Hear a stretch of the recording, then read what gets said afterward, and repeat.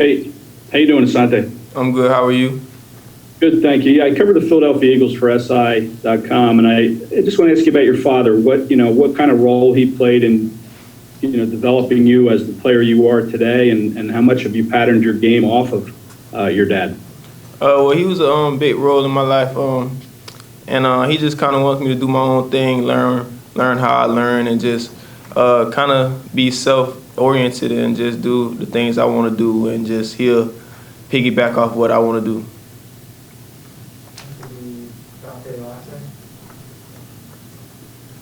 Hey, Asante, thank you for taking the time. In early mock drafts, some of the experts and analysts have you being selected by the Bills with the 30th overall pick. How much do you know about Buffalo, and what are your thoughts on the organization?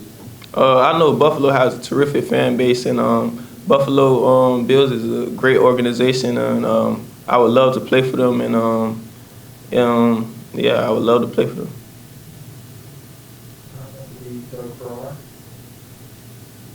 Hey, Asante, thanks for doing this. I wanted to ask you about cover six in particular. It looked like your interception against Virginia in 2019, looks like you were playing the cover two side. Can you walk me through that interception? And I think you had another one in 2020. What about that coverage is so good for you, and what other kind of coverages do you enjoy?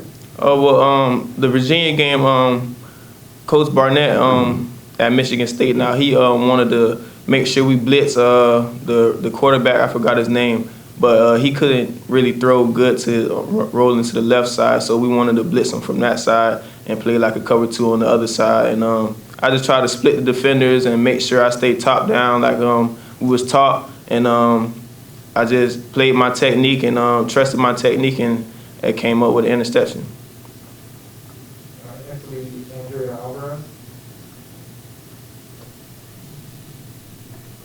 Hey, Asante, really quick question, a little bit of a general question here. In a year where you're dealing with something like a pandemic, especially from college, I can only assume that it would impact your daily routine when it comes to on and off the field with all these different adjustments that you guys have to make throughout the year. So what are some of the biggest changes you as a player have had to deal with leading up to now, which is such an important time for yourself? And sort of a follow-up question, do you think that that will help or hurt you moving forward? Well, I feel like going through the pandemic, it was a very different time with the COVID and all the COVID testing, wearing masks, have the social distance while in meetings, or just always social distancing and not being able to get many hands-on type of coaching throughout the spring process, and just not having spring ball. I felt like it was very tough, but I felt like mentally it made us and the team more of a family, and be able to rely on each other a little bit more.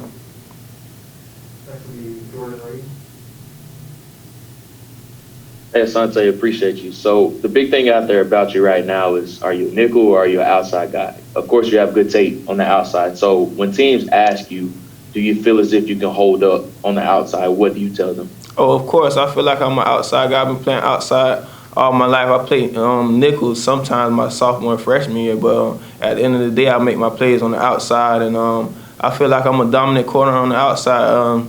They try to look at my height and say that things in that nature, but Jair, I'm the same size as Jair Alexander. He's a dominant NFL cornerback right now, one of the best in the league. So I feel like size doesn't matter. It's about the heart and the dog mentality you have on that field.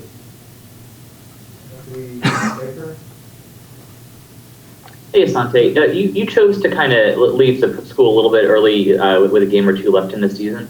What went into that decision, and what are you telling teams about that?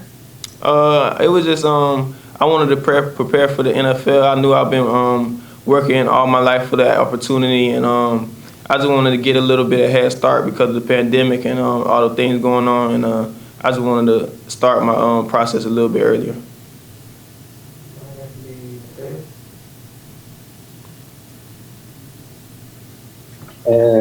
Morning, Asante, Matheus from Time Out Brazil. You already talked about like be a guy on corner, or maybe a guy who can do a lot of on the secondary. But one of the things that a lot of scouts talk is how good you're tackling, and how is this important on this NFL when you have a lot of man-to-man and one missed tackle that can make really, really tough for the defense.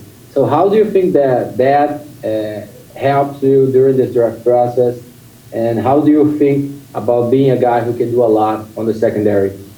I feel like it helps me a lot to be a tackling corner because on the defense, everybody has to, all 11 guys have to make sure they tackle, and you can't just be a cover corner and expect to thrive in the NFL or in college. You have to be a tackling corner. So I pride myself in tackling and just being able to make plays wherever I'm at on the field, is it special teams, nickel, or outside corner. I feel like wherever you put me, I'll make a play.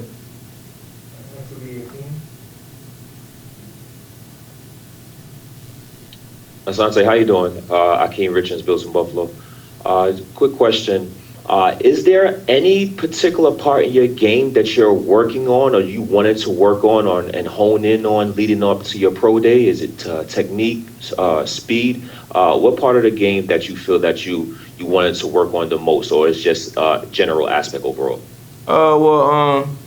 Last year, Coach Norvell challenged me to be more of a vocal leader, and I always led by example my 2 years here before he came, and he just challenged me to be more of a vocal leader and bring guys along, and I feel like that helped me with my game and being able to show guys what they're doing wrong and what I see and how that could help them, and that makes the team better, so I felt like just being more of a vocal leader.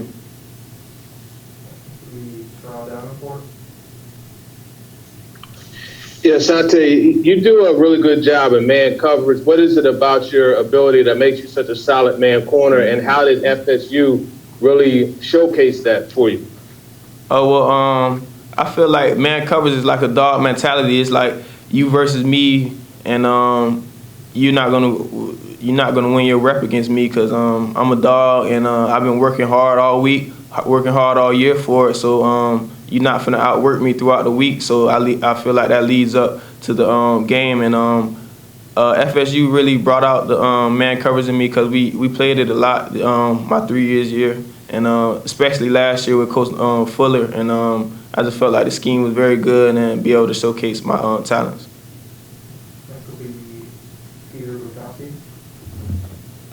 Hey, Asante, you mentioned that you're the same size as Jair Alexander. Are there parts of his game that you model yours after? And you did have a virtual meeting with Green Bay. What would it be like to play opposite him?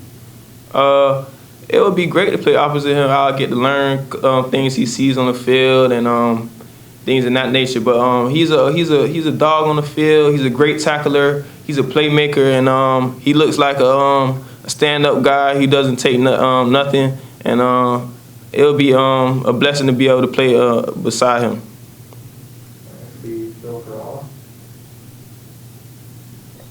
Hey, Asante, this is Phil Carella from Overtime Fantasy. How you doing today? I'm doing good. How are you?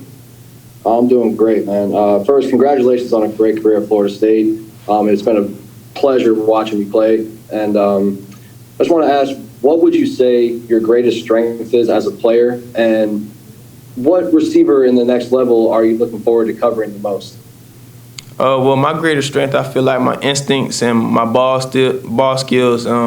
I feel like I can track the ball very well and be able to make plays on the ball wherever the ball is at. And the receiver I want to face in the NFL. I mean, it's a lot of great receivers in the NFL, honestly. Week by week, you can go against Odell Beckham, Julio Jones, Stephon Diggs. I can name a lot, but whoever I play first, that's who I want to that's who I want to make my name off of.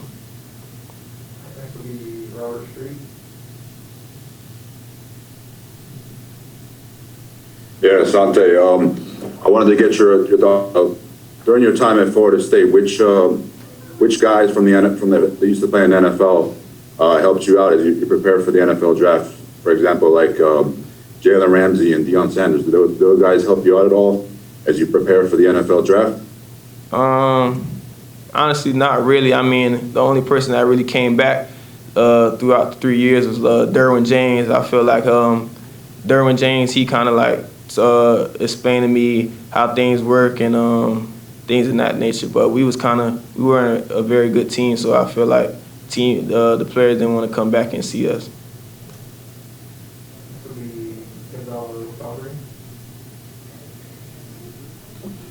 Hey, Asante here, Gonzalo from Argentina. I want to ask you what do you remember of these past years at the Florida State program? What is your best remember of those years? Last year, I would say the North Carolina game, it was a big upset. Guys had us getting beat by 21, 28 points, and just being able to experience that win with my teammates, the seniors that never really won a big game like that. It was just a great feeling, and I wish it could have been a lot more.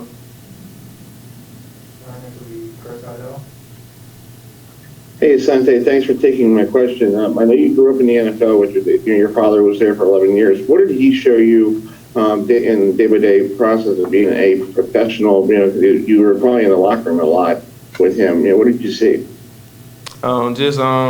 He just tried to let me do my own thing and just try to let me make my own journey, and it'll just help me a little bit throughout the way.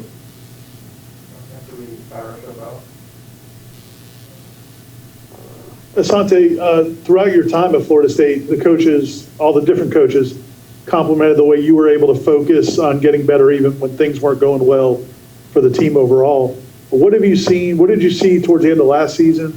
And what did you see when you went out to practice yesterday that makes you feel like the team's headed in the right direction? When me and Hamza went back to the practice yesterday, I felt like the energy was there. A lot more guys were focused on their assignments, and they just took it more personal, and I feel like the team is going in the right direction. Coach Norvell is doing a great job with the other coaches, and I feel like Florida State is going to be back very soon.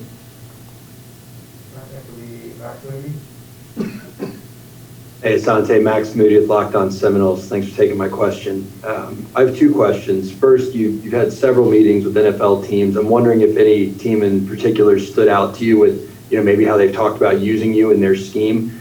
And secondly, I'm wondering if you have any kind of wager or side bet going with your dad for when you go higher in the draft than he did. Well, I've been talking to a lot of teams, honestly, probably mostly like the NFL, the whole 30 teams, but they all try to use me as an outside and nickel corner. When I'm on the Zoom meetings, they try to make me learn both of the schemes at nickel and corner, so that helps them a lot and helps them understand what type of player I am. And it's no bet. He just want to see me do good.